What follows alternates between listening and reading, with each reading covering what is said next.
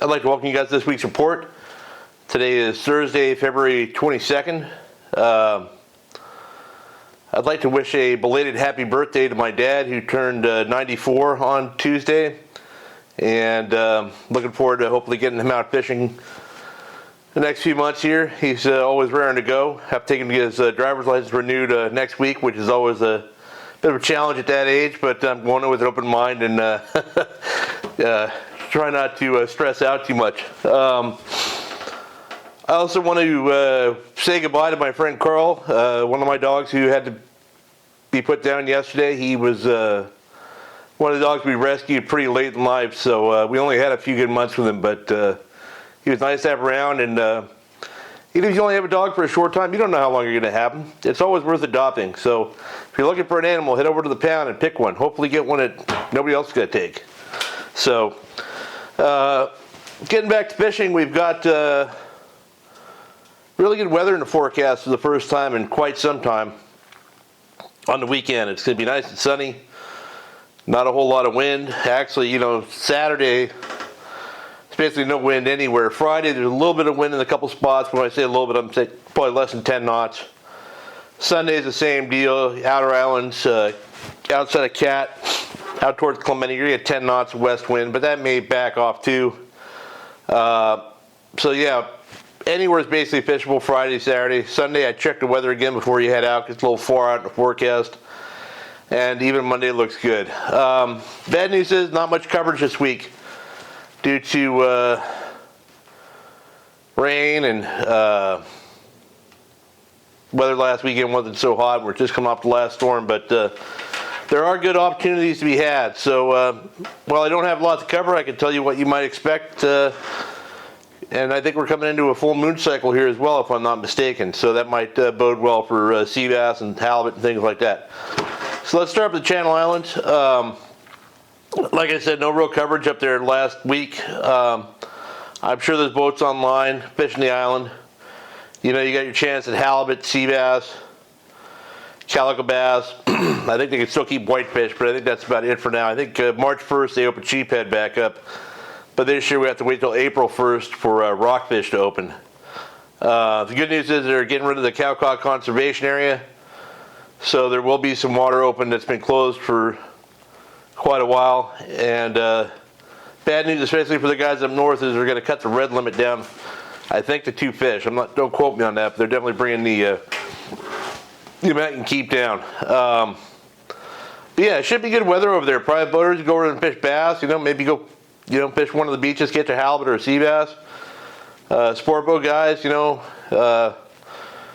going to be doing that same stuff, running around looking for halibut and junk like that, and then maybe fish whitefish later in the day. I don't know, but I think that's kind of the drill up there. If you're on a sport boat that's going to fish the coast, you can expect sand bass and sculpin, I'd imagine. So, all good options. Not much coverage down this way at the islands. The only people I heard was my friend Gary Reyes, and I think it was Jay Jones and James Little went to Clemente last weekend and said it was pretty slow. And a lot of the kelp's gone. With these big storms that we had, I'm not too surprised that kelp, you get those big swells and that kelp gets pretty beat up. The good news is that at Clemente it tends to grow back pretty fast. I looked at the schedule for the island this weekend. Friday looks pretty tough. You really have to look around for somewhere to fish. But Saturday and Sunday look fairly open. They got a lot of stuff marked on the chart as closed, but I think they're doing night operations because most of it is 1800 to 5 a.m. in most areas. So if you're a bass guy, take a look at the SanClementeIsland.org website before heading out, and they'll tell you exactly where you can and can't fish, so you don't end up running all the way over there and end up getting kicked out. Yeah, nothing really from Catalina. Not much along the coast as far as coverage goes. I know the Danny Erickson on New Del Mar posted on Instagram today. They're still catching sand bass up there in the bay. I'm sure they're doing the same thing on the boats down this way. I saw my friend Aaron Graham from the Native Sun today complaining about a lack of biting legal halibut and kayakers that he had to rescue because they were trying to kayaked to Catalina, and they made about 100 yards past the break wall and looked like they had to call the Coast Guard. So yeah, always happy to see him frustrated, because that means the fishing's been pretty good overall. I really haven't heard a lot about bass guys fishing the coast up here. I know that my friend Tom Troop, I talked about last week, he I guess the next SBS tournament they're having, they're opening up to Mexico and the Coronado Islands as well. So he took his little tin can, 14-foot aluminum down to the Coronados, had good bass fishing, got a few nice fish, including this one. Yeah, but no one, either guys aren't fishing or they aren't talking other than that. I know that the boats that went down to Colinet over the weekend had some yellowtail on the yo-yo iron. I have not heard anything about bluefin being seen down there. I do not know what happened to those fish. I know they were just below their ways, and the long-range boats were getting them coming or going. But there's been quite a few long-range boats coming and going, and no report of those tuna. So I don't know if they're just not stopping and looking due to weather, or if that stuff is squirted off somewhere and they got to relocate it. But we're kind of getting into the time of year where guys are going to start looking for that stuff here again when they go down to Colinet, and some boats start to have 2 and 3 day trips on the books. So keep an eye on that. So last week I talked about the CCA Star Tournament, and I forgot everything about it, and I promised you guys would cover it today. So I looked up their press release here and tried to figure the whole thing out. And basically what it comes down to is you got to be a CCA member, which is good to be a member anyway. If you're a private boater or a sport boat guy or whatever, spend the money to join CCA. I mean, they are our legislation fighters. They are the guys that go and keep the Department of Fish and Game honest. They're the guys that go and fight on our behalf when it comes to decisions made about sport fishing. And even if you don't fish a lot, those decisions impact you, like the reds being dropped to 2 fish, or sometimes good stuff like having the Cowcock Conservation Area opened up, or all those different things. They are there fighting the good fight for us, so they're always good to support. So now with this tournament they have, it's $40 to enter, and what they do is they give you a measuring tape and durable roll-up vinyl measuring tape. So I'm going to be reading this here because I don't have it memorized. So the entry of these fish is based on length, and so an eligible fish will include saltwater bass, a minimum of 18 inches, California halibut, a minimum of 28 inches, yellowtail, white sea bass, and tuna, a minimum of 36 inches for the last 3. Oh yeah, that's for yellowtail. I didn't write this very well, obviously. No offense. Yellowtail, sea bass, and tuna are all 36 inches. So what happens is, you download this. It's called the Fishing Chaos app. It's probably free, I'd imagine. And you can submit up to 2 entries per day throughout the summer. And each registered catch earns a chance to win prizes in weekly drawings, as well as one of 10 grand prizes at the conclusion of the tournament. One of those is that Parker boat. Sorry, the 18-foot Parker boat. Yeah. So basically, you get 14 weeks. I think it's Memorial Day through Labor Day, and you can upload a couple photos a day, and every photo you upload basically gets you a raffle ticket. And then they have a weekly raffle, and then they have a grand prize raffle. And as much as I hate to take the time to do stuff like that, I'm certainly going to be doing it whenever I catch a qualifying fish, because it's tough not to pass up the opportunity to win a brand new boat for $40 and a few pictures on your cell phone.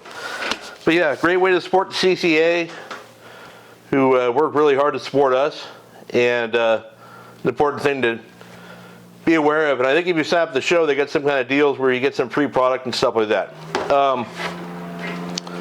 I knew today's report was going to be on the short side, so I wanted to share with you guys. I'd mentioned if anybody has any questions, and one of the things I got was about what tackle to bring an organization and stuff like that. And I'll answer that more thoroughly, but I was just putting some stuff together here in the garage, and I wanted to share a new tackle storage thing from Plano.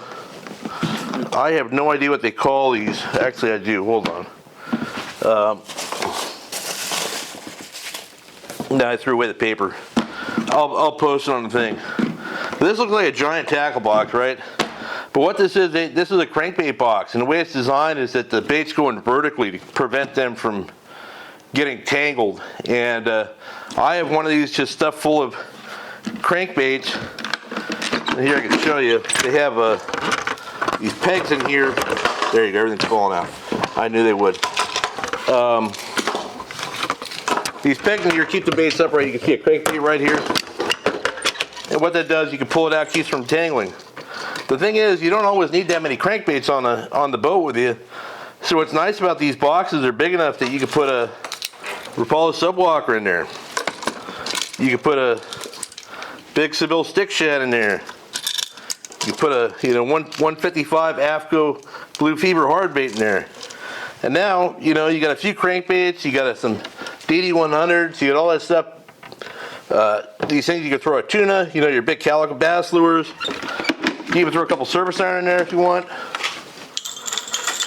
Here we go. Fits right in. And now we have one box, stuff doesn't fall out of, that you can basically cover all your hard bait needs for a trip. Then when you come home, you put them back on your pegboard, and it's ready to go. So the box I'm going to pack when I go fish PV is going to be a lot different than the box I pack for Catalina, which is different than Clemente.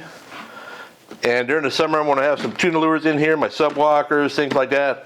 Now you just have one box. It's got everything you need it. It doesn't take up a lot of space in the boat, and pretty easy deal. These aren't cheap. I'll have to look at the price, but well worth the investment. Real durable. And what's nice also is they have a single thing hatch, which is very secure, like the little plastic ones you get on the lighter containers. But yeah, that's it. So something to check out. Real easy way to store your tackle. See, nothing falls out. It's all in there in a good spot. It's also got one of the little anti-rust things, so it sucks up any dampness that's in the box. But yeah. So I don't know where I'm going to fish this weekend. I would really like to go to Clemente on Saturday, but I'm not sure if I will or not. But might fish local, might fish cat. I'm not sure.